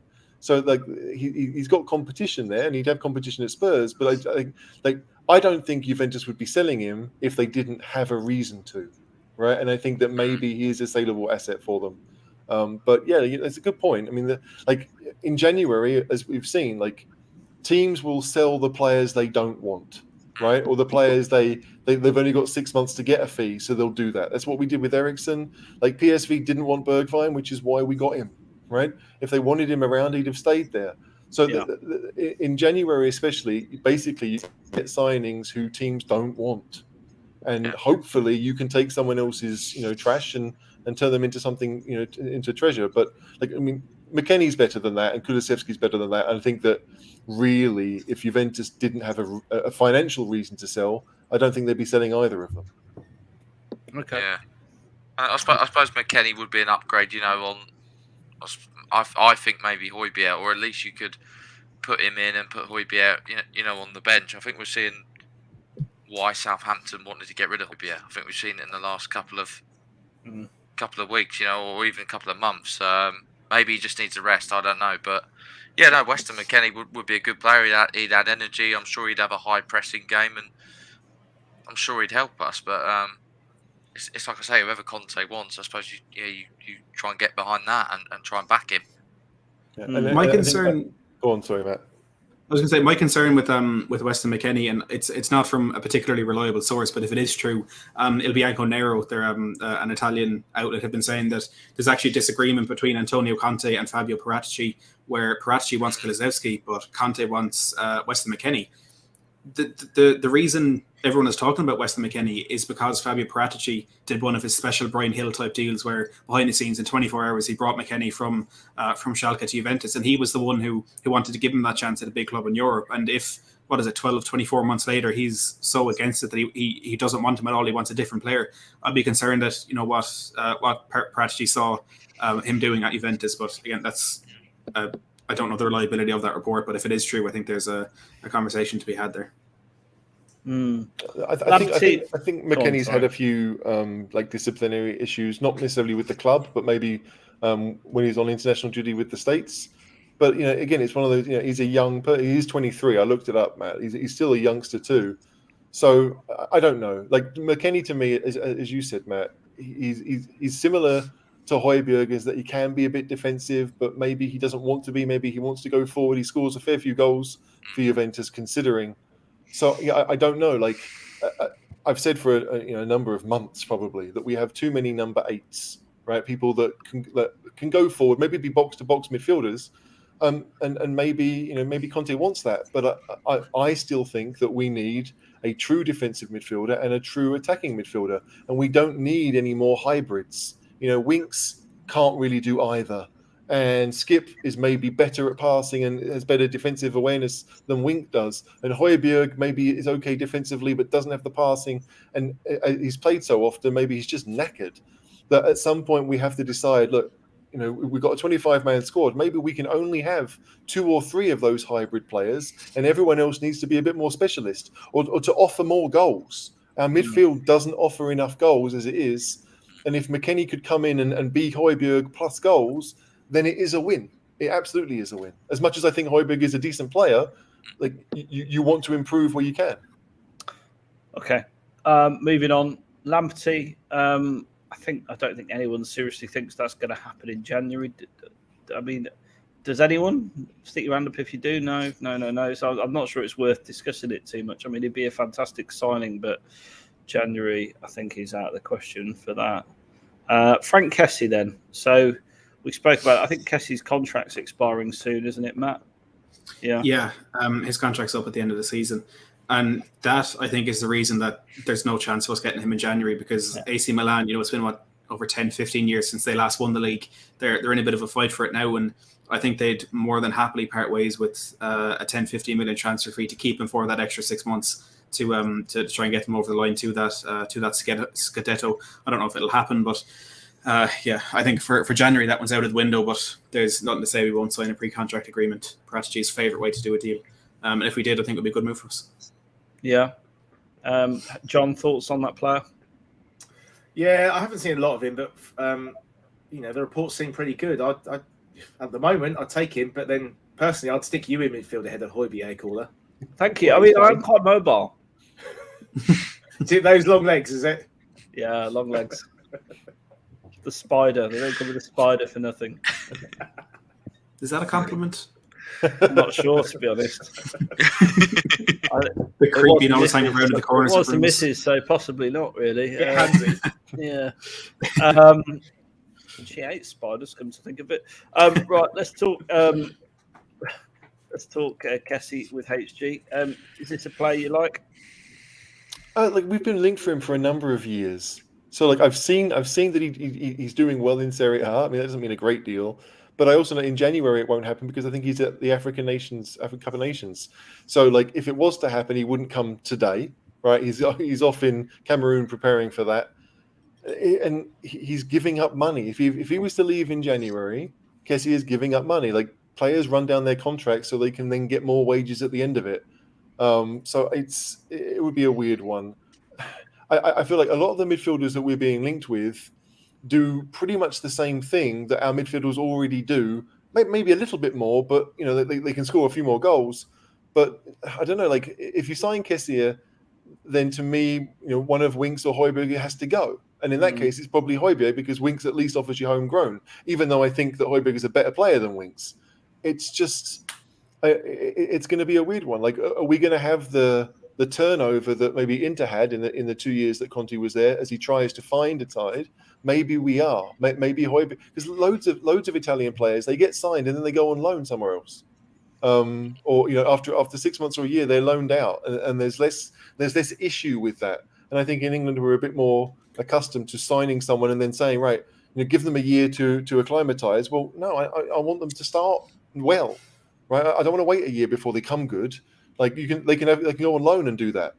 But Kessie for me. In January, no. In the summer, I guess we'll see what Conte's plans are. Matt, back Conte, Matt. Eriksen is obviously a free agent right now. Would you take a punt on him till the end of the season, assuming he's allowed to play in the division? Don't get me wrong, I really like Christian Eriksen, but I just think it'd be a risk. I just think the way Conte wants to play of high pressing football, you got to be fit. I just think with his heart, I think he said he can come. He's welcome to come and train anytime. But I think some people have taken that a bit too out of context. I think the door's open for him to maybe train and get fit, but I don't think the door's necessarily open for him to come back and play, this type of football. But I think if he didn't have the heart condition, I think we'd be all over it, because obviously Conte worked with him, at Inter Milan. But I just think it's a risk, and I think we need to sort of get off this going back to old players. I think we just need to move on and rebuild this team in Conte's image. Anyone else got a view on Eriksen? I think on that one, Gov has brought up the quote there from Antonio Conte. Said that Conte said the door is always open for Eriksen. Am I mistaken in saying he said the door is always open for Eriksen to come and train at Tottenham? I don't think he said anything about Eriksen actually coming and playing for the team, and I agree with Matt there. I think it's too much of a physically demanding system to play in, and that's not even saying that Christian Eriksen in his condition can't do that, but it will take a while for him to get back up to that fitness level. If it was something that was possible to actually properly be a part of this Conte team and buy into what needs to be done. And then at this point, if it is a short-term contract, he might be leaving. So same as Matt, absolutely love him. I would love to have seen him back in a Spurs jersey, but I think that ship has sailed, unfortunately. And we have to remember that when he was at Inter, like, he wasn't the attacking midfielder that we remember. So loads of Spurs fans are crying for creativity, saying basically they want to recreate Pochettino's team. I think a lot of Spurs fans want to do that. When Eriksen was at Inter, he couldn't get in the team to start with, and then he basically reinvented himself as the position that Winks has been doing, where he kind of just sits at the back of midfield and sprays passes around. So, like, I saw an article today, I think, where players succeed under Conte if they do what he wants. And it might be different to what was needed before, but I just think that Eriksen, is he going to come and be the quarterback of our system? No. We all love him. We all wish him well. If you said to me that 6 months, we've got space as a foreign quota, bring him on a 6 month, in effect, pay as you play or trial or whatever you want to call it, maybe Eriksen would be okay with that to prove that he can still do it in a top league. But that's about all he is. He's not going to get a 3-4 year deal from someone. And that would be harsh on Inter because, clearly they gave him a massive deal. And the only reason they let him go is because Italian football doesn't allow Eriksen to play in that league. Yeah. So it's tough. It really is tough. But it's a short-term option. Again, it's kind of like Traore. Like, it's going to be better than what we've got. So great. But maybe long-term, no. Okay. Let's talk Vlahovic. The striker that we really want. The striker that I don't think it's likely we're going to land this January. Mr. Hayes, tell me I'm wrong. I don't really want Vlahovic, if I'm being perfectly honest. I don't. I understand the hype because he's banging in goals left, right, and centre. But if you're telling me we need to pay £70 million or €70 million for a striker who has only really done it in one league for just over a year, and is coming from a league that typically doesn't acclimatise well to the Premier League for strikers, I want to say very far clear of that. Now, if it comes a case in the summer where the asking price is closer to 40 million, well, then maybe we can talk then if he continues to do well for the rest of the season, gets Fiorentina into the Champions League. But if you're asking me my strike targets, I'm not sure he's in the top 3, in the top 5 at the moment. As mentioned there in the chat, Adrian said that Julian Alvarez from River Plate I think is a better option because the price will be a lot less, and I think it's one that maybe not a lot of clubs have eyes on. But if I had to choose now, getting Vlahovic, I don't think I'd opt to have him as Spurs player. Interesting. Vlahovic, other Matt. Yeah, I think he's an interesting player. I think agreeing with Matt, like you say, he's only done it in one league, sort of one season. I also don't like what I'm hearing coming out of sort of his camp. Obviously, we've heard that his agent said he thinks he'd suit Conte and Tottenham, but then I'm hearing today or the other day that his preferred destination is not Tottenham, not Arsenal, and not Newcastle. So I don't know. It's a mixed one. Do we want a player that's not necessarily we're not his preferred destination? Maybe he doesn't see us as big a club as the others. And for me, I want a striker who's going to come in, love Tottenham, fight for the badge, but also want to be there as well. Not just think, the other big teams didn't want me, so I'll just go to Spurs as like a sort of handy-down sort of thing. I don't want that, and I do quite like what Matt says, that Alvarez, but I do think Man United have been linked with him as well. I think I've heard. There has been a lot of links there, but I think Fabrizio Romano said it's nowhere near as advanced as some of the reports are suggesting. And on that point about the agents, I think it's a very relevant point because the rumours that we're hearing from his agent's camp, which I think are coming largely through the Italian journalist mouthpiece of Gianluca Di Marzio, it feels very much like a Mino Raiola European road trip like he had during the summer with for Erling Braut Haaland, where he's just playing these teams, he's playing everyone that's involved. And if there is going to be that sort of character around Tottenham, for me, it's just another reason to stay clear. Interesting. HG? Look, as any footballer now, like coming to Spurs, unless we turn into a Premier League winning side, we're a stepping stone for Vlahovic. So if he comes to Spurs in the next 6 months, like I don't think he's envisaging his whole career. You talk about his agent saying, well, it'd be a chance for him to spend a year with Kane, learning from Kane, and then maybe Kane will be sold because he'll only have a year left, and then he can become the main man. So that there's a certain safety aspect to it for them. He'll get paid very well wherever he goes. So, if they're thinking about his career long term, then maybe Spurs are the best choice. If we keep Kane around, then having the two of them would be great for both, right? But if we're looking at Vlahovic to be Kane's replacement, then there's a lot more pressure put on Vlahovic. And yeah, like maybe he doesn't want that pressure. Maybe he doesn't want to go to Arsenal and be the main man if Lacazette leaves and Aubameyang's still on the naughty step. Maybe he doesn't want to go to Man United because they didn't get Haaland. And so he's the next best option. Maybe there is a bit of, I can go to Spurs, I can get paid a lot of money, I don't have to be the main person. And in 3 or 4 years, if it goes really well, I can then go to a team where I'm a bit more ready to be that main man.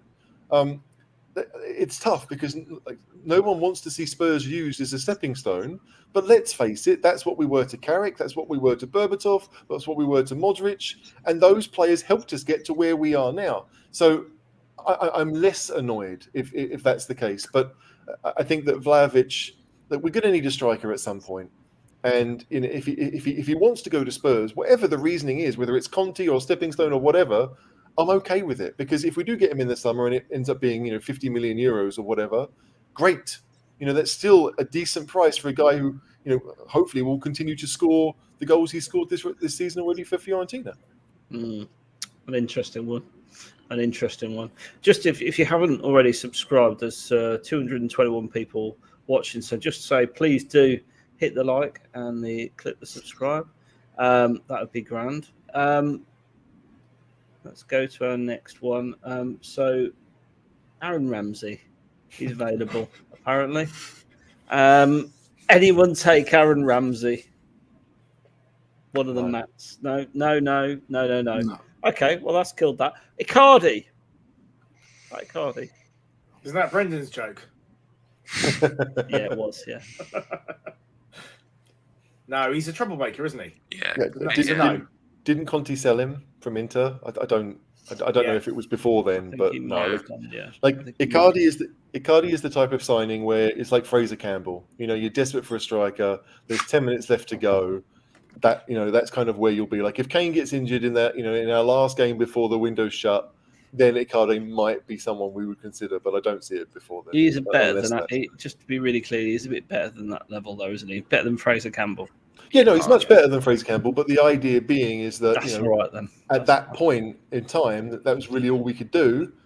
And I suspect that Icardi may well be that option. I mean, to be fair, I think that's what he was for Paris. I don't think he was ever really their first option. They just found, they said, okay, fine, we'll take him. I'm not sure he's ever been first choice there. He scored some winning goals for PSG, though, hasn't he? He's come off the bench and Poch has used him, and I just think it's his attitude, and I've heard he's a bit of a troublemaker in the dressing room. So I don't think we need more of them. Didn't he almost quit football a few weeks ago because his wife left him? Something like that. That's the thing that happens. Yeah. These things happen. I'm just gonna go around and get a quick sense check of how we're feeling. Mr. Hayes, do you think we're going to sign a striker this window?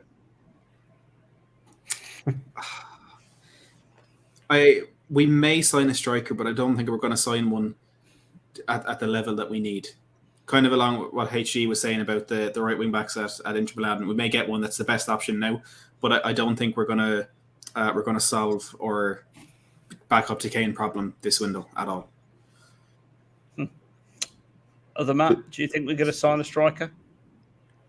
I'm going to say no. Because I don't know, I just think we haven't done it for... Even with Son injured. I know, yeah, but I don't know. I feel like, I think it'll be a right wing back, a centre back. I think that'll be it. I think it'll be two. I just don't think it'll be a striker. I've just got that sort of feeling. It's happened too many times recently, but I just think this club never really learned, so I think it'll be more to look at in the summer, maybe. But surely with Paratici and Conte in there, surely. John, your view, are we going to sign a striker? I think you make a good point, caller. With Conte and Paratici, we've really got to do something, especially depending on what Son's injury is. If it is the 5, if it's only a couple of weeks. But, Son and Kane need to be rested. They cannot play every single game. I know we haven't got European games now, but we need to sign somebody who can play that role at least one game out of 4 or 5, if not more, even if it's a loan. HG, are we going to sign a striker? Yes. Yay! That's the answer I wanted. Look, maybe not the one we all want, whoever that might be, but yeah, like I as I said, I mean, Matt alluded to it earlier. I think Conte will look to improve, and however he can, he'll do that. And if it means that the person, like I saw someone talked about the guy at Blackburn who's got 20 goals in 25 games or something at that Diaz. level. Yeah. Is it Diaz? Yeah. Like that's a Levy thing. You know, he's got 6 months left on his contract. You bring him in. If it works out, great. If it doesn't, what have you lost? Nothing really. You know, you're not going to stick him on $100,000 a week. He's not going to want $100,000 a week. So I just feel like, again, that it's a low risk move that we'll probably do in the last week of January, rather than going out and saying this is the guy we want and we'll pay lots of money to get him. I just feel that it's the situation determines everything. Like Blackburn probably don't want to sell him because he's getting them to the top of the Championship and they could get promoted. But you know, it's a weird one because Blackburn also don't want to lose him for nothing. So I don't know what the situation is, but again, if you're a Blackburn fan, if you're going to sell Brereton, then you want someone lined up, someone good, someone who you think can replicate what he's done, and maybe that person doesn't exist. So it's not easy. It's like moving house, buying a player. Like unless someone is good to go, they're not going to go, right? You can't change what you have unless everyone is ready. And in many cases, some clubs, you know, they're not. They don't want to sell. I think. Can I ask you? Go on, Matt. Sorry, I just want to ask like a genuine question. This is probably going to come across as a joke, but if his grandmother wasn't from Chile and if Diaz wasn't in his name, would we be talking about him in this light? Because there are so many strikers that have had these sort of numbers in the Championship. I mean, Mitrovic is doing the exact same thing this season. Yeah. And there's been the Dwight Gales. Mitrovic probably has done it in the past as well, where they're bringing up these numbers in the Championship. But I genuinely feel if he hadn't added a Diaz to his name so he could get a few games over the summer, I don't think we'd be talking about him at all. I think the thing is, like, because he's only got 6 months left on his deal, he becomes an option that people might consider. If he's got 2.5 years left on his deal, Blackburn definitely aren't selling, and Spurs probably aren't interested because, you know, as you said, a number of people have scored 20 goals in 25 Championship games and they've not been Premier League good. But he's young, right? So he's 23, 24. Like there's enough upsides to make the gamble because you know he's not going to cost 20, 30 million. But to Blackburn, you know, he's priceless to them right now. And we all know what the Premier League is worth. And even though you look at the Championship right now and you see a lot of teams that have just come down that have a massive advantage with the parachute payments, yeah, like if you're Blackburn, like what do? Do you take the money and reinvest? No, hopefully not. You keep him and go for glory. But I just think from a Spurs point of view, you know, again, if nothing else is coming off and it's an improvement on what we have, it's a low risk move from Spurs. I was thinking maybe someone. Well, I know I said no striker, but probably knowing Paratici would be someone from the Serie A, wouldn't it? Maybe someone like Belotti, someone like that. I think Belotti's after Toronto. Isn't he joining Insigne out in Canada? Was he gone there? Is he? I think it's looking likely at the moment. But also, I've always said about Belotti, there's a reason he's still at Torino. I don't know what that reason is, but there's a reason he's still there. I wouldn't take him either. High quality pasta.